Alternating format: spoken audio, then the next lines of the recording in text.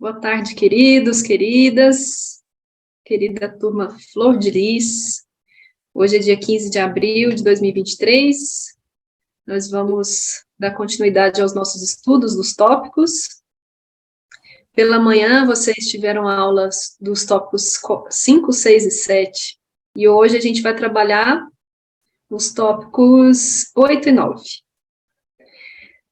A gente trabalha assim, a gente estuda separadamente, mas é importante também entender que existem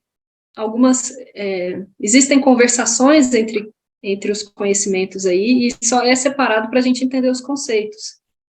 Os tópicos 6, 7 e 8, por exemplo, abordam os termos, os símbolos, o que tem em cada termo e como que a gente diferencia cada um deles, né? Então, revisando, por exemplo, o tópico 6, ele tem a ver com as memórias agendadas, as lembranças que são gravadas em termos.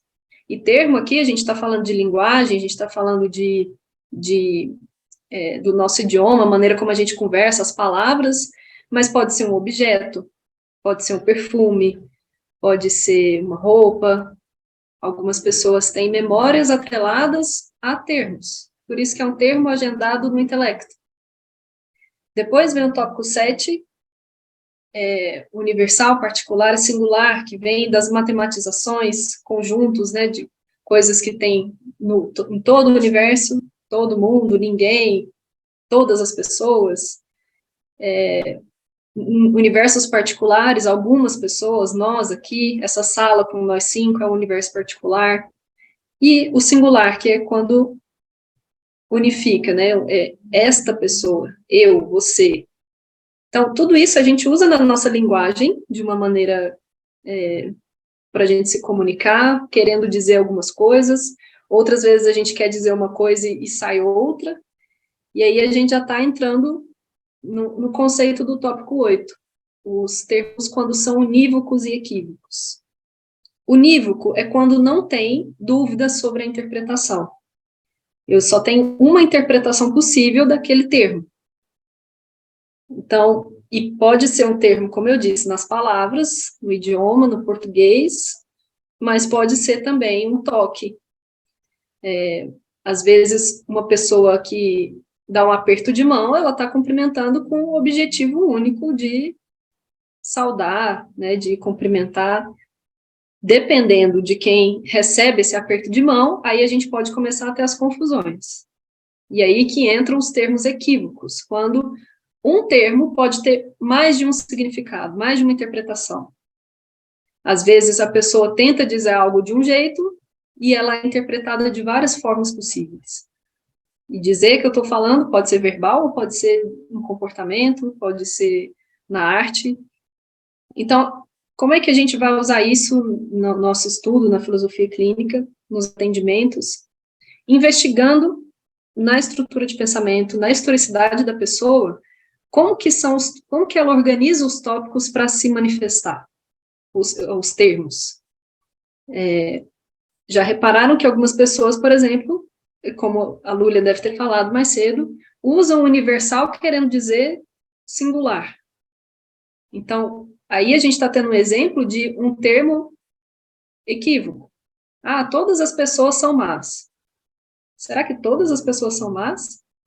Ou ela está dizendo isso do pensamento dela, tentando traduzir o que ela pensa e fazendo um equívoco, uma confusão ali para as pessoas que estão interpretando.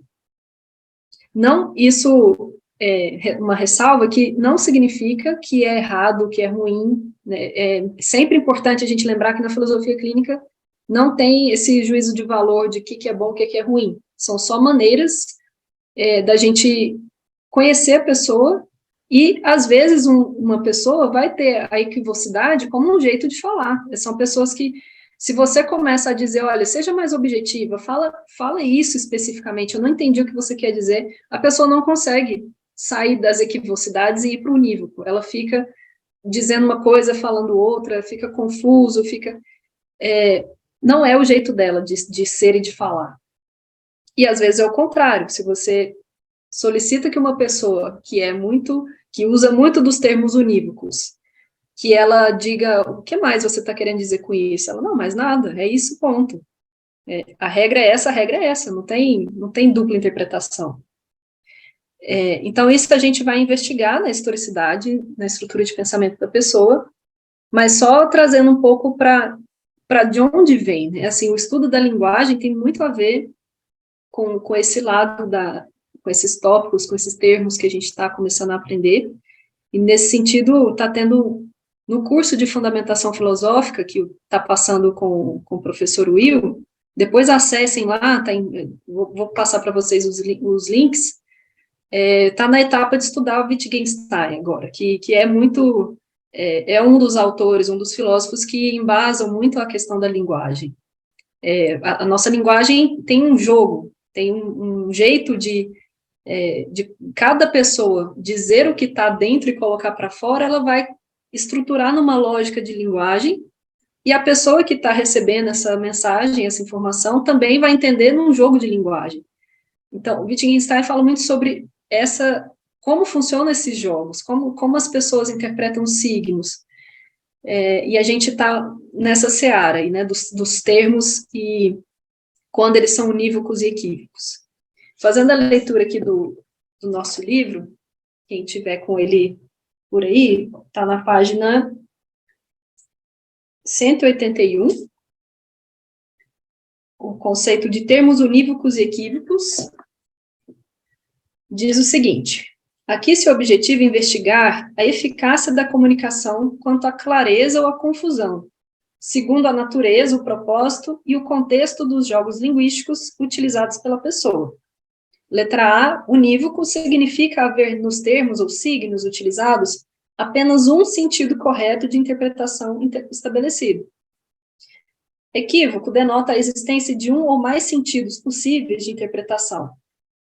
Esclarecendo, há quem deseja ser claro sobre o que pensa sem duplas interpretações e quem escolha ser intencionalmente confuso como uma forma indireta de clareza, revelando um conteúdo latente que existe em suas palavras e comportamentos, a exemplo dos modos poéticos, das seduções, em ambientes de pudor social, além de muitos outros e variados exemplos. Então, aqui no caso Laura, o filósofo diz: Laura, se eu entendi bem, você só não namora o Robert porque ele não é bonito, né? Mas deixe-me entender uma coisa exatamente. O que significa um homem bonito para você? E a Laura diz: sei lá, bonito é bonito. É uma coisa padronizada, que todo mundo sabe o que é. Aí, teoricamente, né, bonito é bonito, a gente entende. Mas o que ela quer dizer? Será que ela está dizendo no sentido estético? Será que ela está dizendo no sentido moral? O que é bonito para Laura? Para não ter equivocidade desse termo, para não ter mais de uma interpretação, e aqui fazia sentido para a terapia, o filósofo pergunta, só para ficar bem claro, para evitar qualquer tipo de equívoco, para você, beleza é aquilo que a maioria concordaria que é bonito. Um bonito, sem a menor dúvida, seria no cinema um Richard Gere ou um Brad Pitt? E ela responde, yes, vou ser bem clara, não estou falando de beleza interior, viu? Ou seja, para ela é o Brad Pitt, a beleza estética mesmo. Mas se não houvesse essa conferência, né, para perguntar o que é para você, aí a gente dá margem para interpretações. Tem uma frase que uma amiga do marketing usa muito, o óbvio só é óbvio para você. Então, muitas vezes é preciso, dentro de uma clínica, esclarecer esses termos. Espera aí, deixa eu entender o que você quis dizer com isso. Me fala mais sobre esse termo especificamente.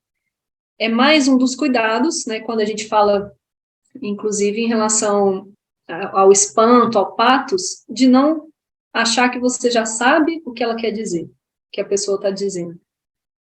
Mas, como eu disse, a equivocidade, os termos equívocos, não necessariamente são ruins.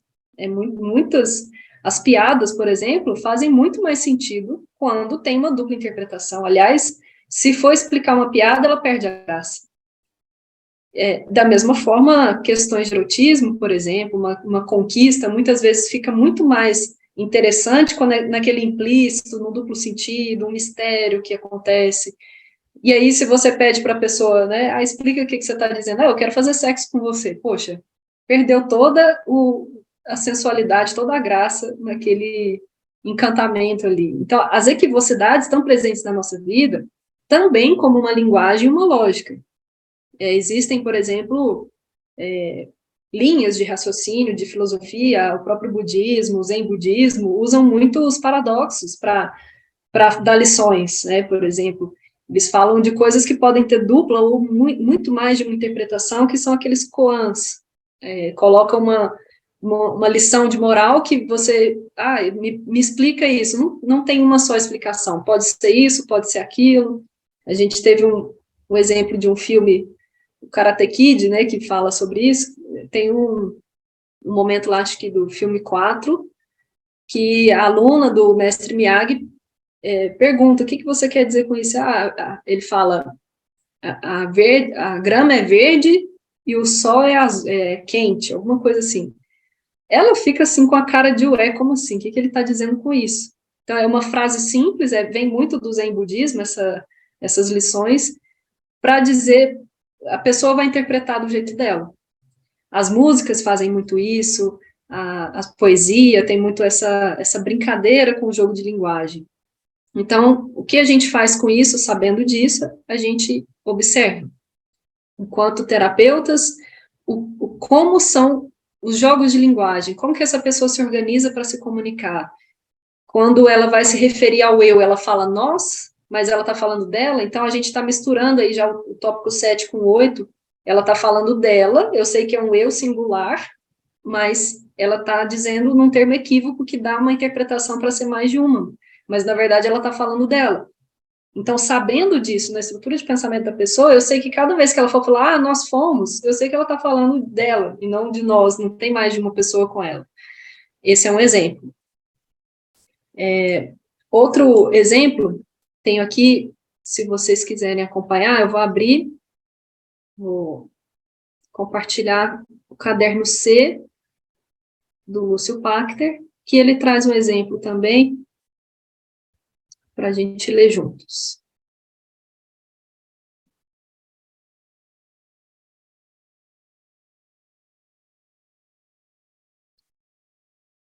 Aqui tem a transcrição de uma aula que o professor Lúcio diz. Então, agora, eu toco assim e assim na tua mão. Ele estava falando com um aluno, né? E mais um pouco para o outro lado. Bem, eu quero saber como é isso para você, para ti.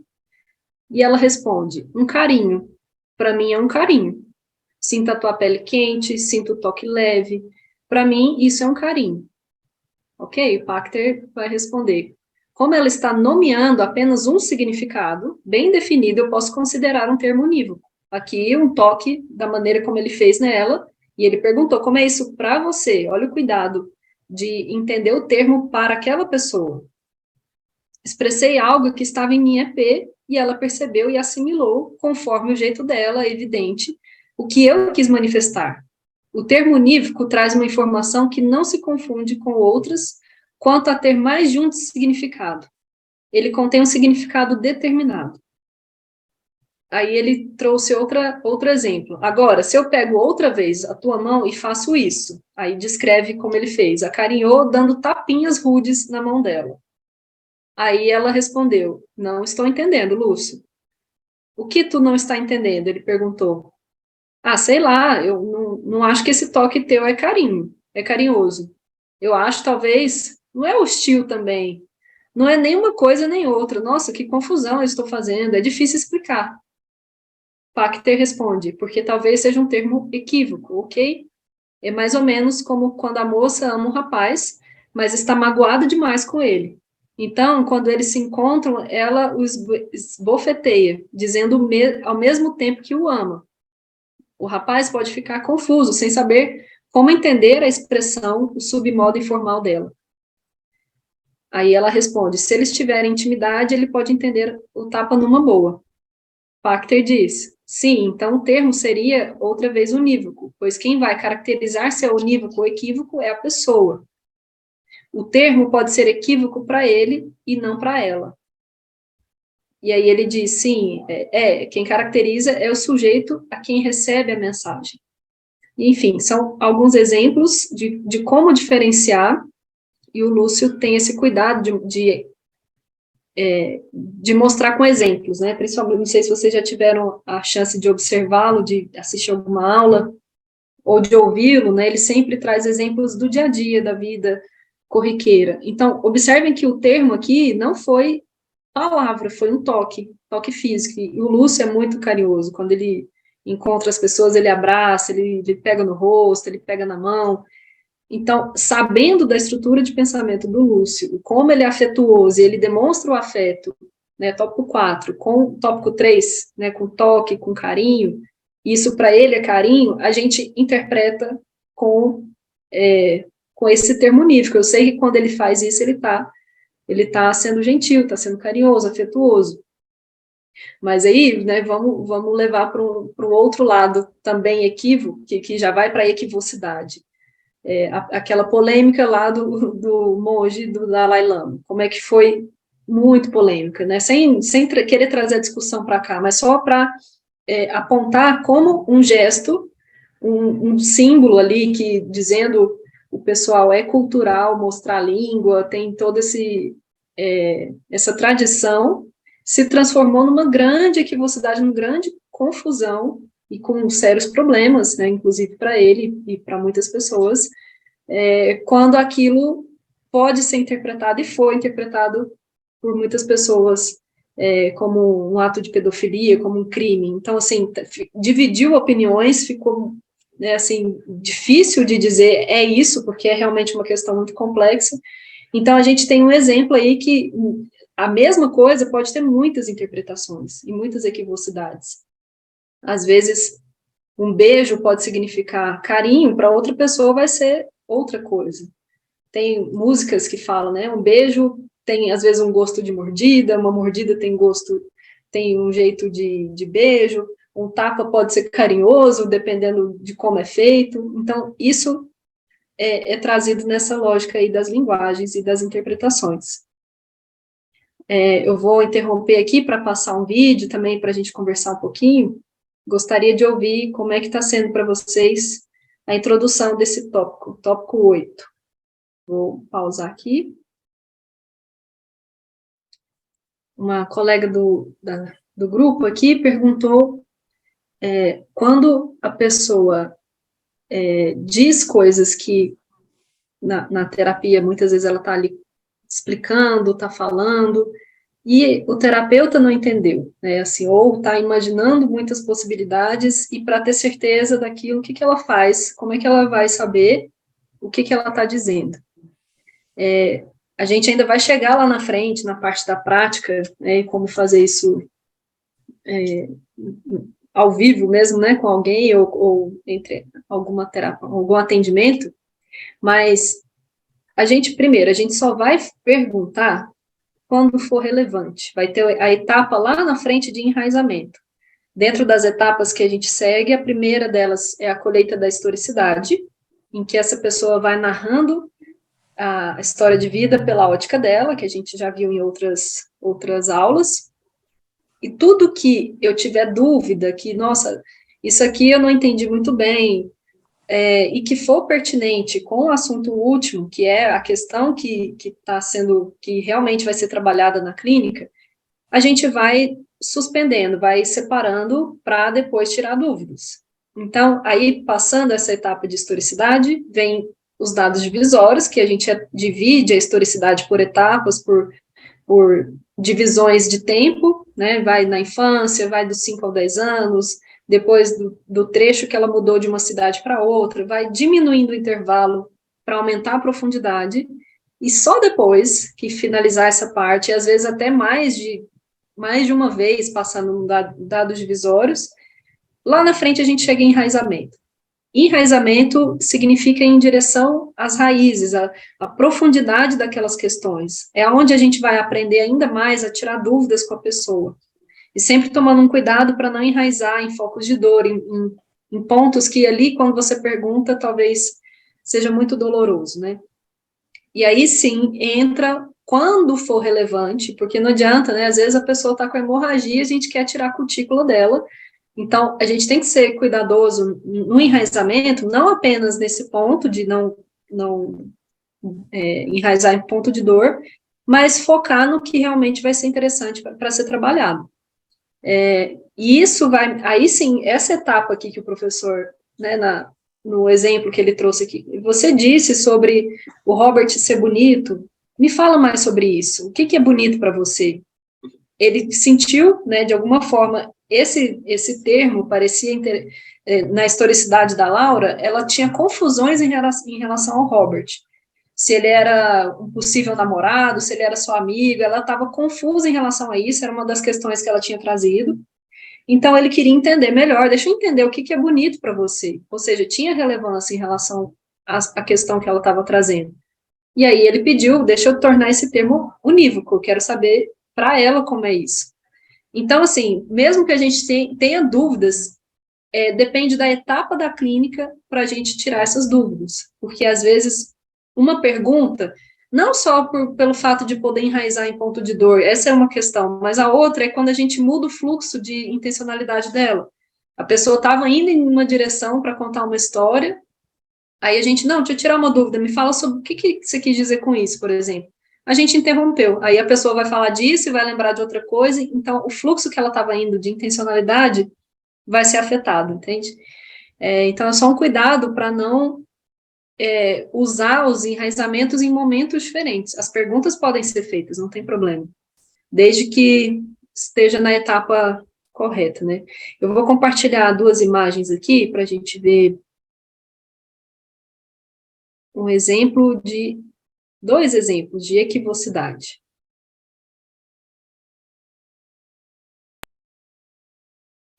Aqui tem uma charge do Calvin Haroldo, que o pai diz: ser pai é ter vontade de abraçar e estrangular seu filho ao mesmo tempo. Aqui, então, aqui o termo pai para ele tem duas formas de interpretação: abraçar e estrangular ao mesmo tempo.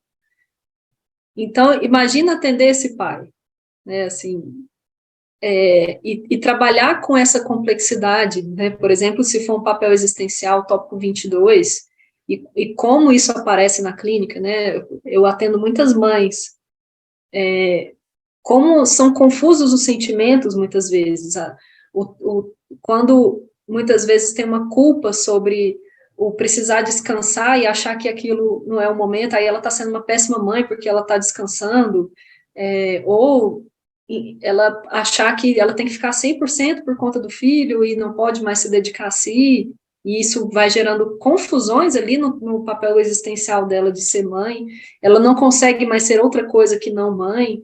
Enfim, são alguns exemplos que a gente pode presenciar na clínica, né? E para algumas situações, ajudar essa pessoa olha, vamos separar o que é ser mãe. Beleza, tem o ser mãe, que é o cuidado que você está fazendo, essa dedicação que você está tendo, e tá tudo bem sentir raiva, tá tudo bem sentir culpa, tá dentro do pacote ser mãe. Mas isso não significa, e aí vem a separar os termos, que você é uma péssima mãe quando você está cansada. Não significa que você está errada em querer, ao invés de ficar com seu filho hoje, descansar um pouco. Isso não é erro, sabe? Então, às vezes, ajudar a pessoa a separar, e aí a gente já está falando lá na frente de um possível submodo, que é a divisão, pode ser um dos caminhos. Outro exemplo, olha só essa imagem, o quanto ela nos deixa confusa, não sei vocês, mas um cano que era para ser unívoco ali, né, descendo água por um cano só, ele desviou o percurso, foi para o buraco, e aí a mensagem, a tarefa falhou com êxito. Duplas interpretações, né, assim, uma coisa que era para ser de um jeito foi de outro, e equivocidades que podem ter no nosso dia a dia.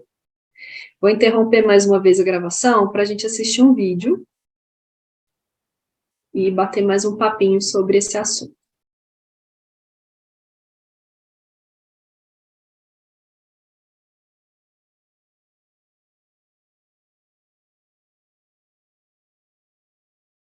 Então, dando continuidade aos estudos dos tópicos, a gente acabou de assistir o vídeo do Fallen Floyd, aproveitamos para fazer uma revisão do tópico 6, por exemplo, que é o termo agendado no intelecto, com os objetos, com os elementos ali que são agendados na malha intelectiva do Floyd, que é o personagem lá do vídeo. O tópico 4, emoções, em relação ao relacionamento dele, ao amor que ele sente pela moça.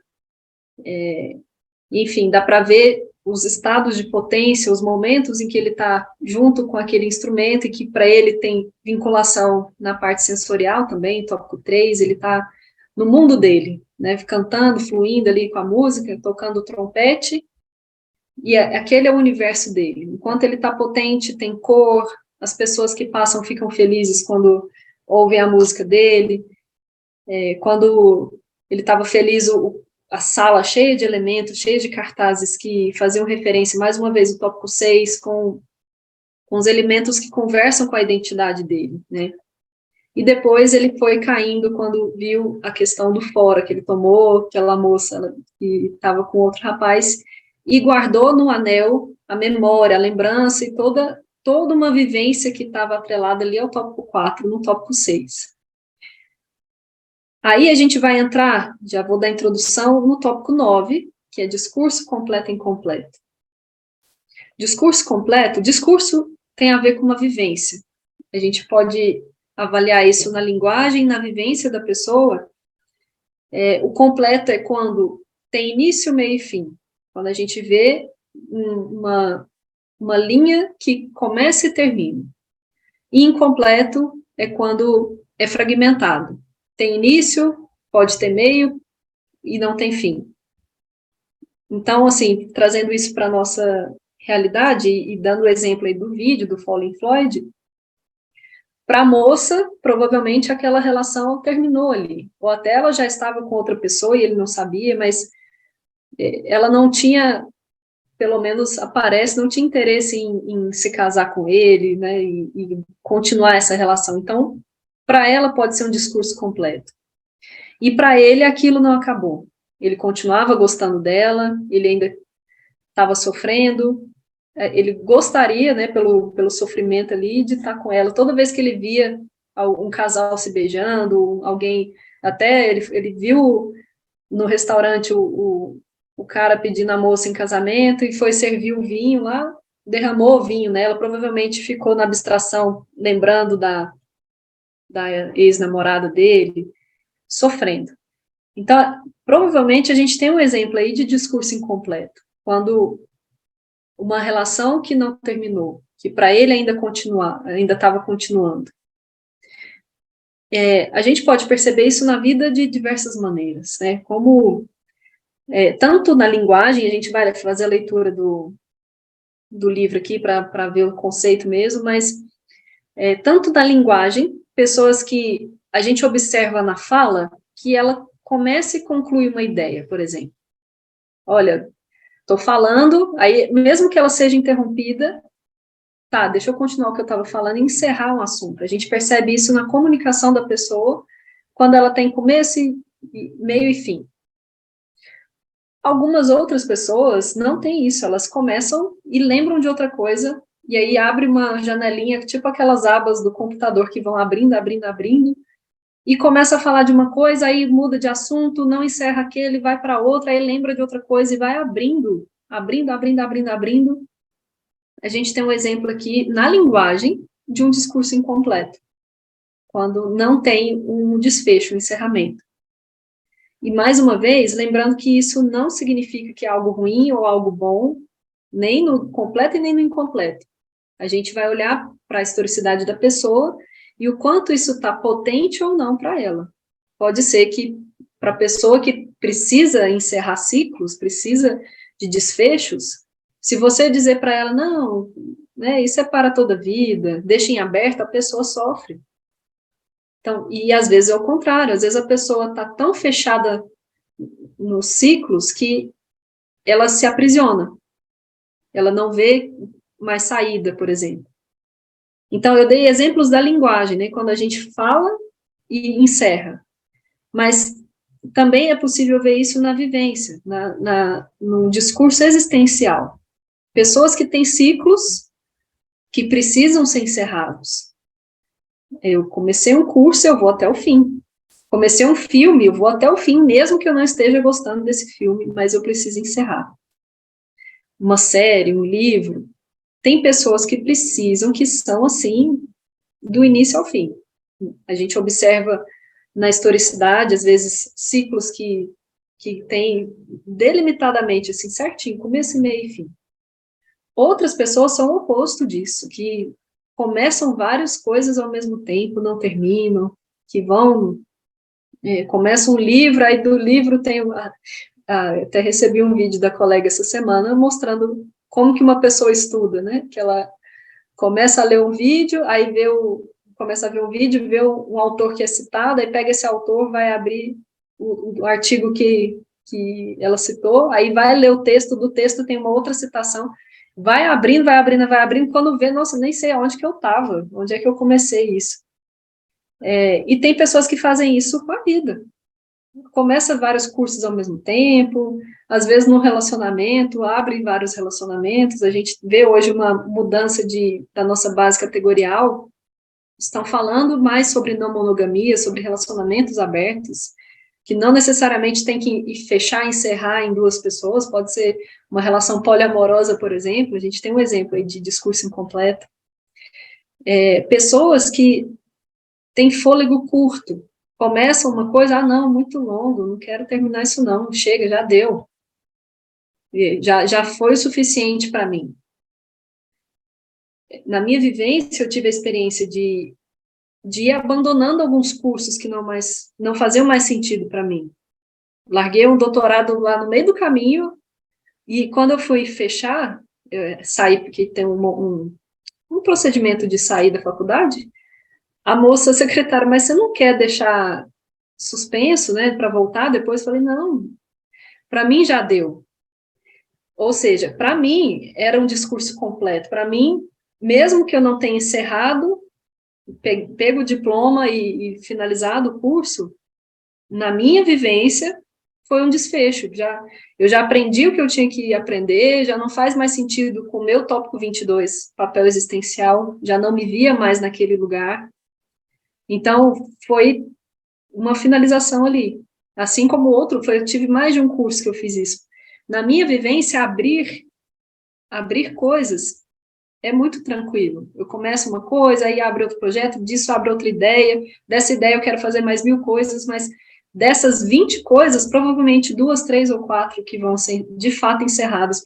Mas se não houver essa expansão de abrir coisas, parece que não tem um movimento de ter ideias ou de imaginar, né? Enfim, é um jeito de ser, um discurso incompleto. Então, são só alguns exemplos, eu vou ler com vocês, quem tiver o livro, na página 181, em que o professor Will descreve e conceitua esse tópico 9.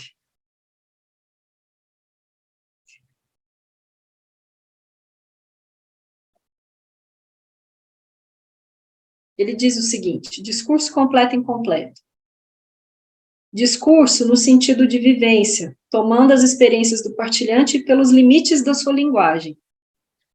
O acesso ao seu mundo subjetivo, ao que ele quer comunicar, reclama entendimento dos seus jogos de linguagem em uso, por meio de duas abordagens de pesquisa, né, que são essas que eu comentei, tanto na análise sintática da língua, quando a gente observa na linguagem, que determina as relações formais da concordância, da subordinação e ordem, investiga-se a capacidade gramatical de comunicação entre as pessoas em relação ao seu ambiente linguístico, verbal ou não verbal, quanto à organização lógica do discurso. Então, ele dá um exemplo aqui, quando é completo.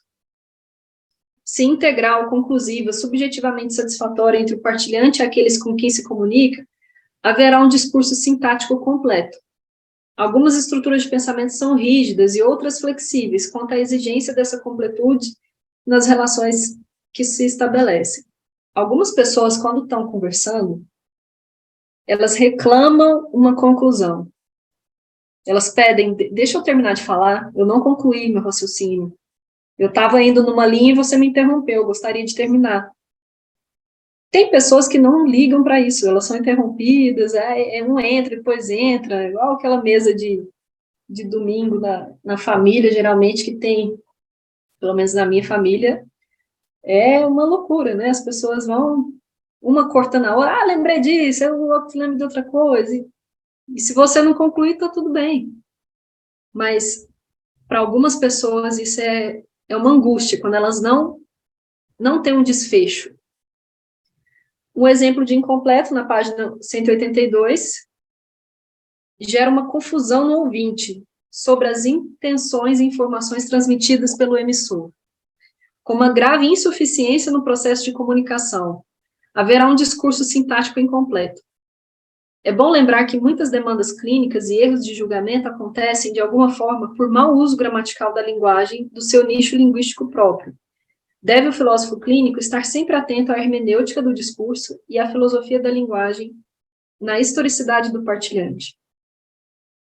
Então, o discurso incompleto na linguagem, ele é todo fragmentado. A pessoa começa como eu falei, né, tá falando aqui, mas, não, você lembra de outra coisa? Muda de ideia, muda de assunto. Então, às vezes causa uma confusão, e quando a gente está atendendo uma pessoa assim, principalmente se for na historicidade, ela começa a falar da infância, ela, não, aí eu lembrei, já na fase adulta, e às vezes ela não explica igual eu estou explicando, não. Pula de um trecho para outro, e aí você não entende, peraí, você está falando de que época? Deixa eu me atualizar aqui, porque eu não estou te acompanhando. Às vezes precisa dessa, peraí, deixa eu entender o que você está falando. Às vezes a gente entende depois, né, tipo, tá, ela foi lá na frente e voltou. Mas algumas pessoas a gente precisa perguntar, porque elas vão abrindo e fica uma confusão na cronologia. Então, às vezes é preciso de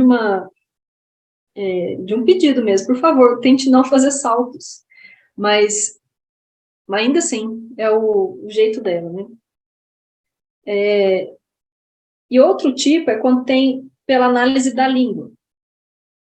Já no número 2 aí, na página 182, essencial à clínica, que investiga a percepção íntima e conceitual da vivência em etapas ou em ciclos da vida, considerando os fenômenos existenciais como totalidades orgânicas articuláveis, configurações abertas ou fechadas. Busca-se conhecer aquelas vivências processuais do partilhante que nele deixaram a sensação íntima de término ou de incompletude na historicidade, no sentido que elas supostamente deveriam ter. Instâncias abertas ou fechadas que alteram aqueles conceitos vitais que gravitam em torno da própria identidade, gerando nisso um bem-estar ou um mal-estar existencial. Tais distinções, é claro, só podem ser bem identificadas no contexto dos exames categoriais. Então, quando é um discurso existencial completo, a gente vê nas experiências de vida da pessoa. Quando são esses exemplos que eu falei, né? Quando ela começa um curso e termina, né? Seja em questões sensoriais ou abstratas, que alcançou uma convicção de pleno desfecho existencial. O que pode, segundo os assuntos últimos da clínica, provocar desde um alívio quanto a uma sensação de dívida para com a própria consciência, para com Deus, para com outras pessoas, até uma dolorosa experimentação e certeza de que valiosas oportunidades de vida foram perdidas para sempre. Então, nem todo desfecho traz um alívio. Às vezes, a pessoa tem a sensação de que, poxa, meu tempo acabou, já passou da época, foi-se o tempo, já encerrou esse ciclo, não tem como mais voltar atrás. E aí fica numa angústia porque acha que foi encerrado, porque ela interpreta como um desfecho. Então, em alguns momentos, a gente precisa ajudar a pessoa a abrir esse discurso. Né? Claro que depende muito da pessoa e do jeito de cada um, mas mostrar para ela que, olha, não é bem assim. Né? Por exemplo, claro que isso com muito cuidado e muita investigação, mas uma pessoa que perdeu alguém, né, e uma questão da morte, que pode ser um desfecho, um encerramento, a vida acabou, Mas dependendo da fé daquela pessoa, dependendo do que ela acredita, às vezes é possível trabalhar uma noção de discurso incompleto. Olha, não acabou o amor de vocês, não acabou, né, e aí se for uma questão, uma pessoa religiosa, e ela acredita em vida após a morte, por exemplo, talvez trabalhar, olha, depois daqui tem mais coisa, não acabou, não encerrou. Para outras pessoas que não acreditam em nada disso, aí talvez seja um outro trabalho, e nem sei se vai ser suficiente ou se vai funcionar, né? Depende muito da pessoa, mas são só alguns exemplos que nem sempre o desfecho significa que foi algo bom para aquela pessoa, às vezes ela entrou num conflito ali que, como a Laura, por exemplo, que, poxa, eu matei meu pai, ela encerrou esse discurso e, tipo, acabou, não tem volta, meu pai morreu, e eu que matei ele de desgosto. Se a Laura não tivesse, né, e nesse trabalho de terapia com ela, trabalhado também, foi no tópico 5 que foi feito esse trabalho, né, dos prejuízos religiosos dela, que ela tinha uma grande culpa e acreditava fortemente que foi ela que matou o pai, e o terapeuta foi trabalhando, ok, mas quem que não é? Porque não adiantou falar, Laura, não foi você que não foi você que matou, ele estava doente. Isso ela recusou, mas a hora que foi trabalhando, tá bom, você errou com seu pai, realmente, mas Jesus Cristo também não errou, também não mostrou que é pelo erro que tem o perdão, que tem possibilidade da gente reconstruir as coisas, da gente manter o amor com as pessoas. Então, ele foi usando a mesma forma do tópico 5, prejuízos, para não encerrar esse discurso na vivência da eu matei meu pai. Entende? Então, abriu para outras possibilidades. Vamos trabalhar o mesmo tópico junto com o discurso incompleto. Olha, você vai sempre aprender a perdoar, você vai sempre poder melhorar a relação com seu pai, fazendo bem às pessoas. Mas tudo isso são conteúdos da Laura, especificamente. A gente não pode generalizar. Esse foi um exemplo de completo. Na página seguinte, 183, a gente tem do incompleto. Caracteriza-se por uma vivência temática subjetivamente inconclusa, que pede a retomada de experiências inacabadas, ou segmentos de processos íntimos, possíveis ou impraticáveis, com necessidades ou estímulos de continuação. Um ciclo aberto na historicidade do partilhante, deixando nele indícios de uma situação anterior, sensorial e ou abstrata, não atendeu às suas carências existenciais. Pode ser um fenômeno vago e indefinível, ou muito claro e objetivo, assim como bom ou ruim para uma pessoa que o elabora dentro de si. E é por isso que é tão importante ver isso na historicidade da pessoa, né? Porque, como eu disse, às vezes o deixar em aberto está tudo bem, para algumas pessoas é assim mesmo. Vamos abrir, quanto mais abrir, melhor. Abrir novas leituras, novas vivências, mas para outras isso pode gerar um incômodo, né? Assim, por exemplo, alguém que chega na clínica e fala, olha, nossa, eu não consigo terminar as coisas. Tudo que eu começo eu não consigo terminar, e eu estou precisando, sabe, está me atrapalhando. Ou um caso assim eu estou no segundo grau, preciso terminar, porque meu pai está me obrigando, eu preciso fechar, mas eu não consigo, eu fico procrastinando, fico querendo fazer outras coisas, já reprovei um monte de vezes, não me vejo ali. E aí a gente precisa, claro, estudar o contexto ali para ver se vai ser ajudando esse pai a perceber, por exemplo, que essa pessoa tem um discurso incompleto como autêntico, ou talvez ajudar essa pessoa a encontrar formas ali de encerrar nesse, porque é uma exigência ali do pai, mas encontrar outras formas de discurso incompleto em que ela se sinta bem, né? Ok, lá na escola você tem que terminar, mas vamos abrir outras leituras, vamos trabalhar essa variedade de coisas em aberto em outros lugares. São ideias, né? Aqui só estou dando exemplos, mas só para a gente ver a diversidade de possibilidades que podem existir dentro desse discurso. E, assim, fazendo um paralelo com a nossa época e com as gerações, né? Assim, eu já vejo uma grande diferença, por exemplo, nas gerações dos meus pais, dos meus avós, que foram criados muito para terem os discursos completos. Começou, entrou num concurso, é isso para a vida inteira, você vai ser um concursado da Caixa, por exemplo, vai ser um profissional, né, assim, no meu caso, se eu tivesse vivendo a minha área acadêmica nessa época mais antiga, talvez fosse terrível a sensação de abandonar um curso já tão lá na frente. Para algumas pessoas é assim, e para uma época era assim.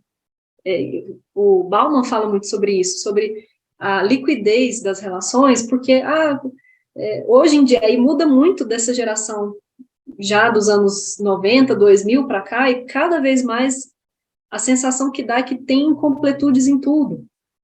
A gente vê muito, assim, os jovens, eu atendo uma pessoa de 16 anos que cada sessão é uma coisa. Eu começo com planejamento clínico, não, deixa eu ver, vou trabalhar esse ponto aqui que eu acho que vai ser interessante. Aí quando eu chego na sessão, não quero falar disso mais não, já estou aqui, já estou em outro assunto, vamos falar sobre esse livro aqui que eu estou lendo, vamos ouvir essa música. Eu não consigo acompanhar tamanha a incompletude dos discursos, apesar de ficar orbitando sempre em torno ali do tópico 3, do tópico 4, mas é incompleto. E aí eu que tenho que acelerar meu passo para acompanhar essa variedade de coisas em aberto. Mas são formas de olhar para isso. E nessa nova geração, é claro, eu estou universalizando, mas só para a gente ter uma noção. É muito comum você começar uma conversa e a pessoa parar de responder, e para quem precisa de um desfecho, tipo, termina o que você estava falando, eu comecei a falar, você não me respondeu. Eu sou uma dessas que, nossa, tem muitas janelinhas aqui no meu WhatsApp que eu não consigo encerrar, porque tem outras coisas demandando, e eu não consigo ir ao desfecho. Mas quando a gente leva isso para relações, por exemplo, relações amorosas, quando uma pessoa tem necessidade do discurso completo e a outra não. Olha aí os conflitos que a gente pode ter de pessoas que, poxa, você estava falando aqui, você me interrompeu, e aí eu comecei a falar, você saiu da mesa e não me deixou concluir, eu gostaria de falar, e a outra, mas para mim já tinha acabado, eu não sabia que você tinha, para mim está tudo bem, já encerrou. Então, a gente vê esses sofrimentos assim, porque cada pessoa vai ter um jeito de vivenciar isso. Enfim, abri muitas portas aqui, muitas possibilidades. Antes de passar o próximo vídeo e comentar um pouco mais sobre esse tópico, gostaria de ouvir vocês. Vou pausar aqui a nossa gravação. Depois de várias conversações aqui sobre os discursos completos e incompletos na nossa época, como a gente percebe isso nas nossas vivências, nos consultórios. Vou dar mais alguns exemplos que estão aqui na página 183, só para ir em direção ao desfecho do discurso completo desse tópico, para a gente não ficar em aberto. Análise sintática da língua, aqui são alguns exemplos desses dois pontos. Quando a gente está observando a sintaxe da língua, e quando a gente está observando o discurso existencial na língua, quando a gente está na comunicação. A Laura era estudante de letras e muito boa conhecedora da gramática, então ela se expressava com clareza, ela tinha uma lógica, ela sempre completava suas frases, as suas ideias, raramente ela mudava de assunto antes de concluir um assunto, mesmo que ela não quisesse falar sobre alguma coisa, ela concluía aquele assunto. Então, esse é um exemplo do discurso na análise sintática da língua. Quando ele é incompleto, aí aqui tem um exemplo, né? Ela fala de um amigo em um monólogo sem interrupções. Eu estava assistindo a televisão, fumando meu cigarro, tomando minha cervejinha, quando... Você sabe que Pois é, né? Eu estava te dizendo, cara, é verdade que seu irmão vai se casar? Acho que as coisas não são bem assim, na vida tudo tem um sentido. Posso estar errado, mas eu acho que não. Eu sei que o mundo dá voltas enquanto a gente fica aqui conversando. Isso tudo é muito interessante, sabia disso? Olha o discurso fragmentado, cheio de reticências, começa e não termina, muda de assunto, pula de assunto. Então, só um exemplo para a gente ver. Um outro exemplo, aqui já indo para a análise existencial da língua, no discurso completo. uma fala fictícia. A separação foi um momento difícil para mim. Você sabe, meu amigo, ela achava que a fotografia era o que a fotografia revelava. Por isso, gostava tanto de si mesmo. Não amava a pintura do quadro, mas a moldura que sustentava no alto. Melhor perdê-la que não me encontrar. A gente se apega à pessoa, tem carências e saudades dela. Mas grande parte disso não é mais amor, eu sei, é hábito. A paixão é substituída pelo vício. O hábito é uma tranquilidade que machuca a gente. Foi duro cortar o laço, mas eu cortei. Eu estava preso e nem sentia. Agora estou entrando numa nova fase da minha vida. Afinal, existe vida após o casamento, né? Tudo passa, até uva passa, e risos. Ou seja, aqui houve um discurso completo, houve um desfecho da relação, mesmo com a dor, tem toda uma justificação aqui, mas eu consegui encerrar esse laço, cortar esse laço, ou seja, acabou. E um outro exemplo, também da análise existencial, na seguinte página, a mãe da Laura disse: ando muito preocupada com a minha filha, doutor. Desde a morte do pai, ela parece que perdeu a vontade de viver e não segue adiante. Parece que só vive no passado, querendo voltar atrás. Nunca imaginei que ela fosse tão apegada ao pai assim. Brigavam sempre.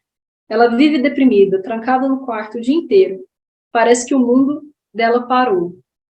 Ou seja, ela ainda está na vivência do passado. Ela não encerrou essa ideia e ficou lá, né, sofrendo, se punindo, se culpando. E tanto que aqui não fala, mas tem outros momentos aqui da fala da Laura que ela mistura os tempos verbais. Quando ela estava falando de algo triste, pesaroso, era no passado.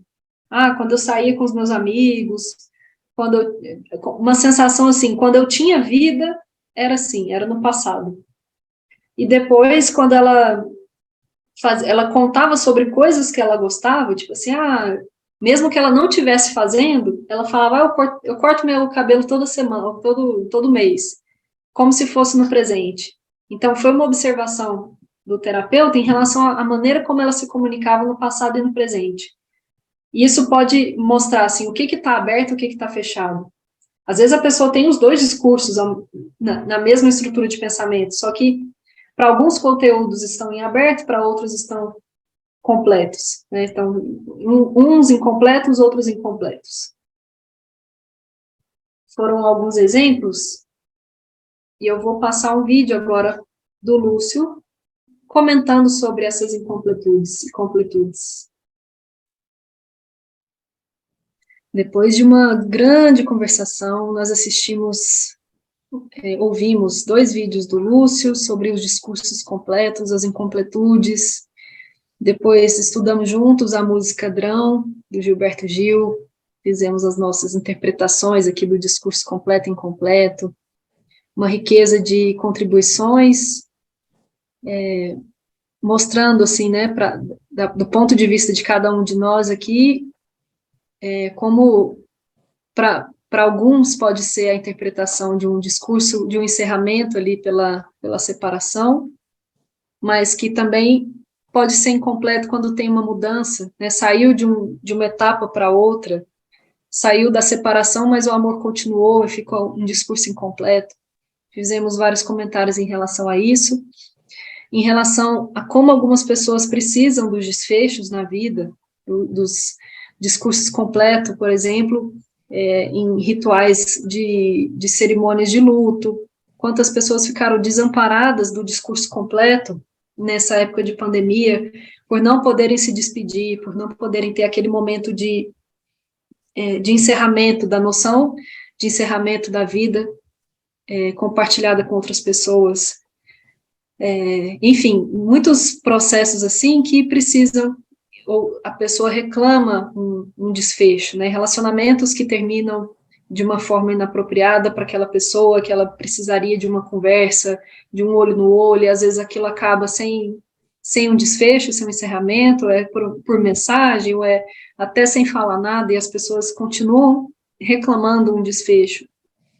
E outras coisas que podem se manter no discurso incompleto, como, por exemplo, aqui na filosofia clínica, vamos sempre continuar estudando, sempre aprendendo. A cada novo partilhante, a gente vai estudar uma nova estrutura de pensamento, nós vamos começar de novo uma etapa de aprender sobre os conceitos na vivência daquela pessoa, e tem coisas que, se não forem nesse viés do discurso incompleto, não vão funcionar, né? O próprio karatê, por exemplo, que faz parte da minha história, carrega essa ideia de que não acaba nunca. A gente não tem um momento de pegar o diploma e aquilo acabou e encerrou, não, é uma continuidade para toda a vida. É um dos exemplos de discurso incompleto na própria filosofia do karatê. Nesse último vídeo do Lúcio, esse último áudio, ele comenta sobre a não linearidade das coisas, né, que muitas vezes as pessoas se movem por discursos que são indiretos. Às vezes, a vida, a pessoa vai por um caminho, ela interrompe aquilo. Eu comecei um curso, não, eu parei tudo, fui viajar, fui fazer um intercâmbio, não queria, não estava mais na vibe, na emoção daquilo, não tinha mais energia, não tinha mais fôlego. Ela interrompe e vai fazer outra coisa. Daquela outra coisa, ela encontra outra coisa e vai abrindo possibilidades para, no fundo, viver outra coisa que era o principal, né? Talvez encontrar um grande amor, ou talvez sair de casa para entender o sentido das coisas principais, enfim. Aconteceu isso comigo também em relação à filosofia clínica, nesse período que eu comentei de ter abandonado a carreira acadêmica, sair do doutorado. Eu não sabia o que eu ia fazer profissionalmente, o que eu vou fazer? E coincidiu com uma época da empresa familiar que a gente tinha. Meu pai me convidou, vem trabalhar comigo enquanto você não sabe, né? Vai ajudando a gente aqui. E nisso eu fui, enquanto eu estava lá, me incomodando com o que eu vou fazer, o que eu vou ser. Vocês vão estudar depois os elementos que estão aí, né? Tem muito do tópico 11, busca, epistemologia, eu queria continuar estudando. E fui buscando em outras coisas, até que nessas buscas indiretas encontrei a filosofia clínica. Foi sem querer. Não foi, eu vou encontrar um curso diretamente para fazer cuidado com as pessoas, para ter terapia. Não, foi no meio de um curso de administração. Por acaso encontrei o professor Will, por acaso era um terapeuta, filósofo clínico que me apresentou, e daí eu encontrei uma direção. Mas só um exemplo de como que esses discursos podem ser indiretos, e a gente não tem uma regra, não tem um jeito certo de fazer. Eu ouvi uma vez o relato de uma amiga que ela comentou, eu me sinto como um beija-flor nessa vida, eu vou indo de flor em flor, vou apreciando o caminho, eu paro para prestar atenção, não consigo ir nesse ritmo que muitas vezes é acelerado, as pessoas cobram um tempo, uma meta, um objetivo que tem que ser concluído. Eu não consigo ser assim, eu preciso ir, parar, observar onde é que eu estou, aí daqui me dá vontade de fazer outra coisa. Enfim, são variedades infinitas, né, tão infinitas quanto as pessoas e as suas singularidades. Mas só para encerrar, ainda em direção à completude do discurso do tópico 9, a gente explorou com muitos exemplos, acho que foi bem legal.